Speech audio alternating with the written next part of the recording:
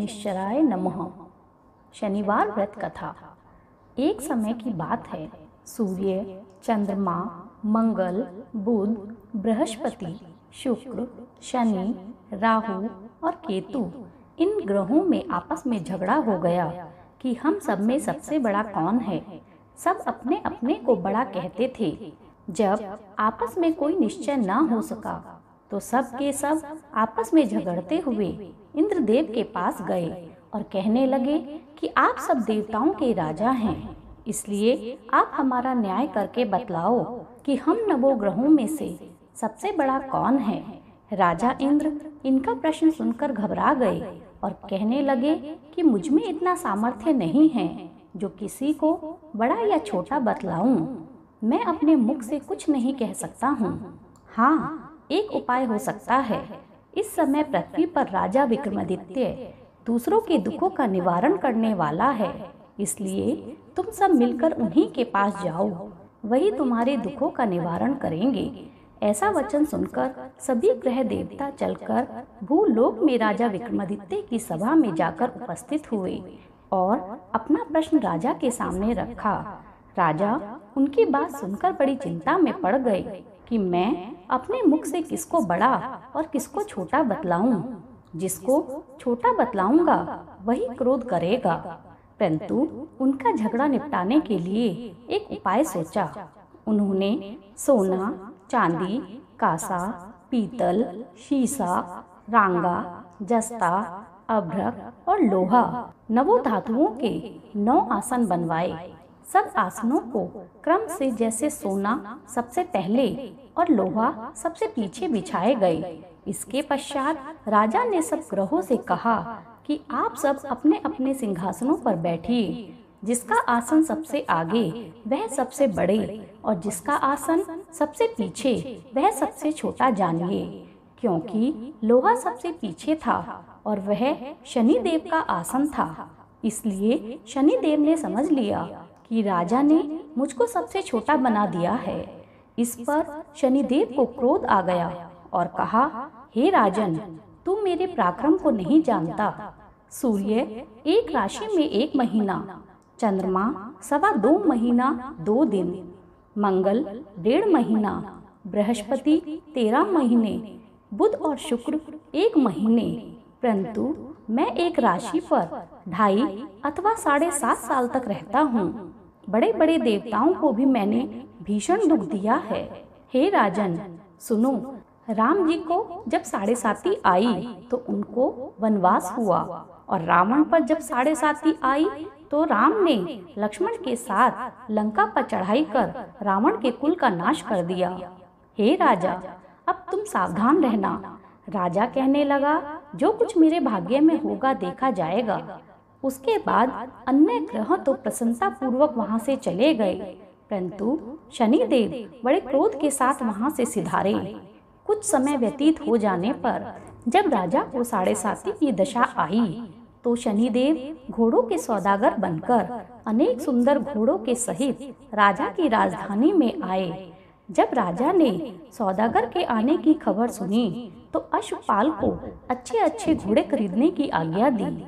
अश्वपाल ऐसी अच्छी नस्ल के घोड़े देखकर और उनका मूल्य सुनकर चकित हो गया और तुरंत ही राजा को खबर दी।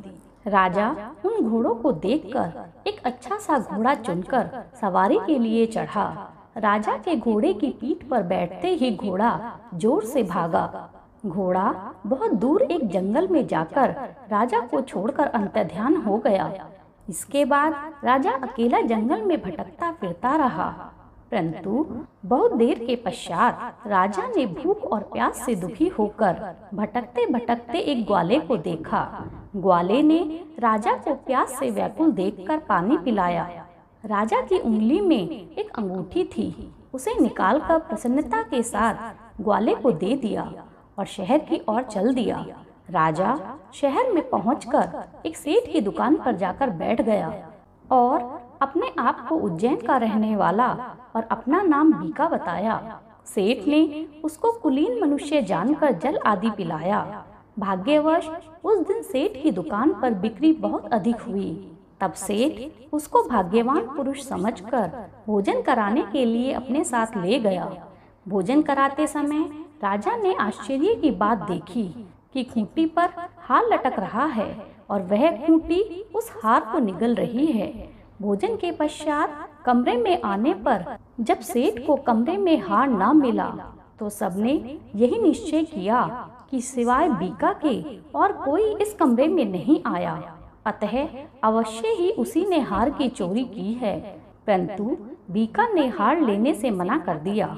इस पर 5-7 आदमी इकट्ठा होकर उसको फौजदार के पास ले गए। फौजदार ने उसको राजा के सामने उपस्थित कर दिया और कहा कि ये आदमी तो भला प्रतीत होता है, चोर मालूम नहीं होता, परंतु सेठ का कहना है कि इसके सिवाय और कोई घर में नहीं आया, अवश्य ही इसी ने चोरी की है।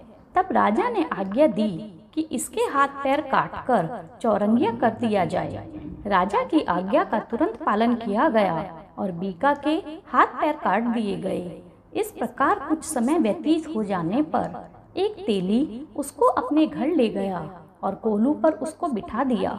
बीका उस पर बैठकर बैल को हाँकता रहता था। शनि की दशा समाप्त हो गई और एक रात को वर्षा ऋतु के समय वह मल्हार राग गाने लगा। उसका गाना सुनकर उस शहर के राजा की कन्या उस राग पर मोहित हो गई और दासी को खबर लेने के लिए भेजा कि शहर में कौन गा रहा है। दासी सारे शहर में फिरती फिरती क्या देखती है कि तेली के घर में चौरंगिया राग गा रहा है। दासी ने महल में आकर राजकुमारी को सारा वृतांत कह सुनाया। बस उसी क्षण राजकुमारी ने अपने मन में यह प्रण कर लिया, चाहे कुछ भी हो जाए, मैं इस चौरंगिया के साथ ही विवाह करूंगी। प्रातः काल होते ही जब दासी ने राजकुमारी को जगाना चाहा तो राजकुमारी अनशन व्रत लेकर पड़ी रही। तब दासी ने रानी के पास जाकर राजकुमारी के न उठने का वृतांत कहा। रानी ने तुरंत ही वहां आकर राजकुमारी को जगाया और उनके दुख का कारण पूछा तो राजकुमारी ने कहा, माताजी, मैंने यह प्रण कर लिया है कि मैं तेली के घर में जो चौरंगिया है उसी के साथ विवाह करूंगी। माता ने कहा, पगली, यह क्या बात कह रही है? तेरा विवाह तो किसी देश के राजा के राजकुमार के साथ होगा। कन्या कहने लगी कि माताजी, मैं अपना प्रण कभी नहीं तोड़ूंगी। माता ने चिंतित होकर यह बात राजा को बतलाई। जब राजा ने भी आकर राजकुमारी को समझाने का प्रयास किया और कहा कि मैं अभी देश देशांतर में अपने दूत भेजकर तुम्हारे लिए सुयोग्य वर खोजता हूँ, तब राजकुमारी ने उनकी बात नहीं मानी। कन्या ने कहा, पिताजी, मैं अपने प्राण त्याग दूंगी, परंतु दूसरे से विवाह नहीं करूंगी। इतना सुनकर राजा ने क्रोध से कहा, यदि तेरे भाग्य में ऐसा ही लिखा है तो जैसी तेरी इच्छा वैसा ही कर। राजा ने तेली को बुलाकर कहा कि तेरे घर में जो चौरंगिया है उसके साथ मैं अपनी कन्या का विवाह करना चाहता हूँ।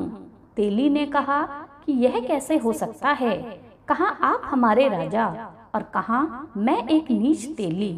परंतु राजा ने कहा कि भाग्य के लिखे को कोई टाल नहीं सकता, अपने घर जाकर विवाह की तैयारी करो। राजा ने उसी समय तोरण और बंदरवाल लगवाकर अपनी राजकुमारी का विवाह चौरंगिया बना विक्रमादित्य के साथ कर दिया। रात्रि को जब विक्रमादित्य और राजकुमारी महल में सोए तो आधी रात में शनिदेव ने विक्रमादित्य को स्वप्न में दर्शन दिए और कहा, हे राजा, कहो मुझको छोटा बताकर तुमने कितना दुख उठाया है। राजा ने शनिदेव से क्षमा मांगी। शनिदेव ने प्रसन्न होकर विक्रमादित्य के हाथ पैर लौटा दिए। तब राजा ने कहा, महाराज, मेरी प्रार्थना स्वीकार करें कि जैसा दुख आपने मुझे सौंप दिया है ऐसा और किसी को ना दें। शनिदेव ने कहा, तुम्हारी यह प्रार्थना स्वीकार है। जो मनुष्य मेरी कथा सुनेगा या कहेगा उसको मेरी दशा में कभी किसी प्रकार का दुख नहीं होगा, और जो नित्य प्रति मेरा ध्यान करेगा या चींटियों को आटा डालेगा उसके सब मनोरथ पूर्ण होंगे। इतना कहकर शनिदेव अपने धाम को चले गए। राजकुमारी की आंखें खुली और उसने राजा के हाथ पैर सही सलामत देखे तो वह आश्चर्य करने लगी। उसको देखकर राजा ने अपना समस्त हाल कहा कि मैं उज्जैन का राजा विक्रमादित्य हूँ। यह बात सुनकर राजकुमारी अत्यंत प्रसन्न हुई। प्रातः काल होने पर राजकुमारी से उसकी सखियों ने पूछा तो उसने अपने पति का समस्त वृत्तांत कह सुनाया। तब सब ने प्रसन्नता प्रकट की और कहा कि ईश्वर ने आपकी मनोकामना पूर्ण कर दी। जब सेठ ने यह बात सुनी तो वह विक्रमादित्य के पास आया और राजा विक्रमादित्य के पैरों पर गिरकर क्षमा मांगने लगा कि आप पर मैंने चोरी का झूठा दोष लगाया है, अतः आप मुझको जो दंड देना चाहें वो दें। राजा ने कहा, मुझ पर शनिदेव का कोप था, इस कारण यह सब दुख मुझे प्राप्त हुए हैं। इसमें तुम्हारा तनिक भी दोष नहीं है, तुम अपने घर वापस जाओ। सेठ बोला कि मुझे तभी शांति होगी जब आप मेरे घर चलकर प्रीतिपूर्वक भोजन करेंगे। राजा ने कहा, जैसे आपकी मर्जी। सेठ ने अपने घर जाकर अनेक प्रकार के सुंदर भोजन बनवाए और राजा विक्रमादित्य को प्रतिभोज दिया।